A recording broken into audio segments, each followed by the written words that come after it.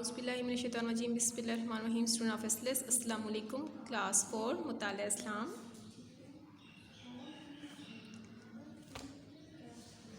Lecture number 7 باب number 3 اسوہ حسنہ سبق نمبر 2 اسلام کی دعوت. آج اس کی پڑھائی کرنی ہے ہم نے. اس سبق میں ہم دعوت اسلام کی ابتدائی تاریخ پڑھیں گے.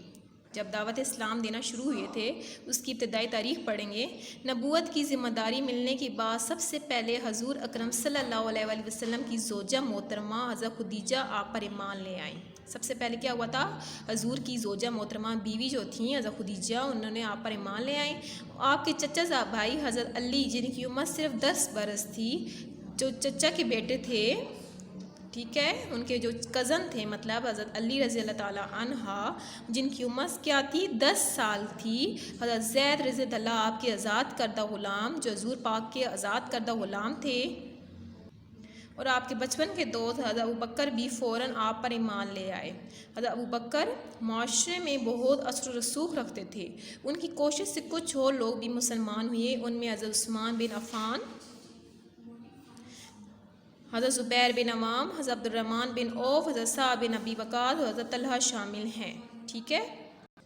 ابتدائی 3 سال تک تبلیغ کا کام خفیہ اور بہت احتیاط سے جاری رہا. خاندان والوں کو دعوت.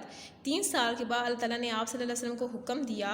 اچھا، ابتدائی 3 سال تک تبلیغ کا کام خفیہ اور بہت احتیاط سے جاری رہا. ٹھیک ہے. خاندان والوں کی دعوت کیا تھی؟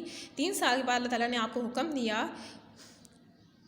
وَأَنذِرْ عَشِيرَتَكَ الْأَقْرَبِينَ. آپ صلی اللہ علیہ وسلم اپنے قریبی رشتہ داروں کو خبردار کیجئے. آپ صلی اللہ علیہ وسلم اپنے قریبی رشتہ داروں کو خبردار کیجئے. ٹھیک ہے.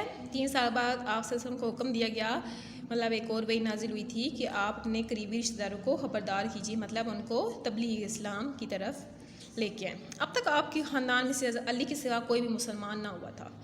خاندان میں حضرت علی کے سوا کوئی مسلمان نہ ہوا تھا. چنانچہ رسول اللہ علیہ وسلم نے اپنے خاندان کے 45 افراد کو کھانے پر جمع کیا، انہیں اسلام کی دعوت دی. کتنے بندوں کو جمع کیا تھا؟ 45. سب خاموش رہے. صرف حضرت علی نے جو ابھی بچے ہی تھے آپ کا ساتھ دینے کا اعلان کیا. حضرت علی نے کہا اگرچہ میں سب سے چھوٹا ہوں لیکن اس نیک کام میں آپ کا ساتھ دوں گا. مجلس میں لوگ موجود اس بات پر ہنسنے لگے اور سب اٹھ کر چلے گئے. ٹھیک ہے. مطلب انہوں نے حضرت علی کی بات کا مذاق سمجھ کے مذاق بنایا اور اٹھ کے چلے گئے. دعوت عام. اس کے بعد عام لوگوں کو دین کی طرف بلانے کا حکم آیا. فَاصْدَعْ بِمَا تُؤْمَرُ وَأَعْرِضْ عَنِ الْمُشْرِكِينَ.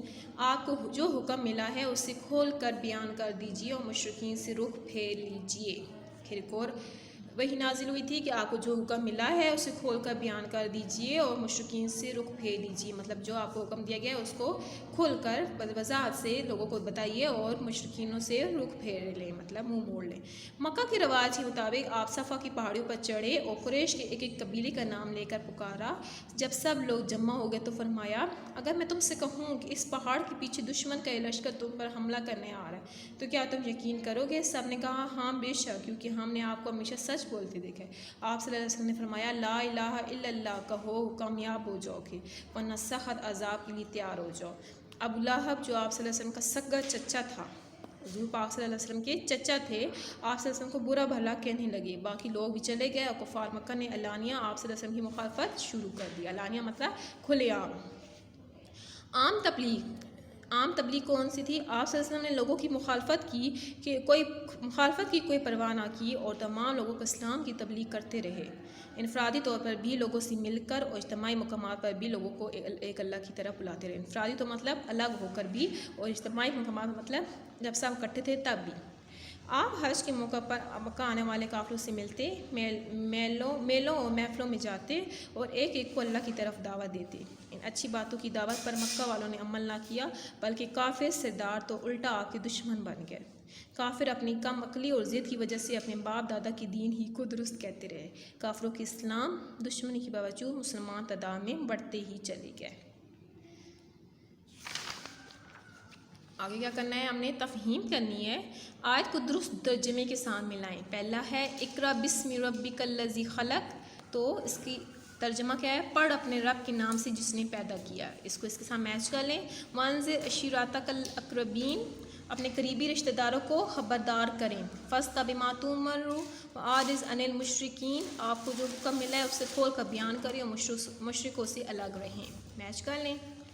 نیکسٹ ہے تبلیغ کا حکم آ جانے بعد نبی صلی اللہ علیہ وسلم کس طرح لوگوں کو دین کی طرف بلایا. مختلف طریقے لکھیے. مثلا انفرادی ملاقاتوں میں. تو پہلا کیا ہے؟ انفرادی ملاقاتوں میں انہوں نے بتا دیا ہے. ٹھیک ہے. تبلیغ کا حکم آ جانے کے بعد نبی نے کس طرح لوگوں کو دین کی طرف بلایا. کس طرح لوگوں کو بلایا تھا؟ خاندان والوں کی دعوت کی تھی. ایک تو خاندان والوں کی دعوت کر کے، پہاڑی پر چڑھ کر لوگوں کو جمع کر کے، پڑھا ہے نا سبق میں ہم نے، اجتماعی مقامات پر، حج کے موقع پر، مکہ آنے والے قافلوں کو، جو مکہ میں آتے تھے نا قافلے، ان کو بھی آپ کیا کرتے تھے؟ تبلیغ کا حکم دیتے تھے. 5 اس کی آپ نے لکھنے ہیں حج کے موقع پر. اور آگے یہ 5واں ہے پوائنٹ، اس کا آخری پوائنٹ ہے مکہ آنے والے قافلوں کو. نیکسٹ ہے تحقیقی کام. حضرت محمد صلی اللہ علیہ وسلم پر نبوت کی ذمہ داری کے بعد سب سے پہلے آپ کے قریبی افراد ایمان لائے. اس کی کیا وجوہات ہو سکتی ہیں؟ اپنے اساتذہ کی مدد سے جواب لکھیں. مثلا رسول اللہ علیہ وسلم کی سچائی. رسول اللہ صلی اللہ علیہ وسلم کی نبوت سے پہلے کی شفاف زندگی، لوگوں کی امانتوں کی حفاظت، دوسروں کی بہت زیادہ اور بے لوث مدد و خدمت. لوگ کیوں ایمان لائے تھے حضور پاک پر؟ ان کی ان خصلت کی وجہ سے. کیا ان کے اندر خصلت تھی؟ رسول اللہ علیہ وسلم کی نبوت سے پہلے کی شفاف جو صاف ستھری زندگی تھی، وہ لوگوں کی ایمانت کی حفاظت، دوسروں کی بہت زیادہ اور بے لوث مدد و خدمت. تحقیقی کام ہو گیا. اب جو ہے ذہنی آزمائش، یہ بھی آپ نے آج کے آپ کے ہوم ورک میں شامل ہے، جو آپ نے اپنے کاپیز پہ کرنا ہے. تو کاپی پہ سب سے پہلے آپ نے ڈے اینڈ ڈیٹ مینشن کرنی ہے. اس کے بعد اوپر لکھنا ہے چیپٹر کا نیم، سبق کا نیم. ٹھیک ہے. باب نمبر 3 اس میں سبق نمبر 3، سبق نمبر 2 اسلام کی دعوت. ٹھیک ہے. اور ذہنی آزمائش ہمارے پاس پہلا کویسچن کیا ہے ذہنی آزمائش کا؟ اوپر لکھنا ہے آپ نے باقاعدہ ذہنی آزمائش. پہلا ہے لا الہ الا اللہ کہنے سے کون سی کامیابی ملتی ہے؟ کویسچن مارک اینڈ پہ لگانا ہے. ٹھیک ہے. اینڈ پہ کویسچن مارک لگائیے گا. میں لیفٹ ہینڈ یوز کر رہی تھی تو الٹا ہو گیا. جواب ہے لا الہ الا اللہ کہنے سے حقیقی کامیابی ملتی ہے. کیا ملتی ہے؟ حقیقی کامیابی. کیا صرف زبان سے ان الفاظ کا ادا کرنا کامیابی کے لیے کافی ہے؟ Question mark.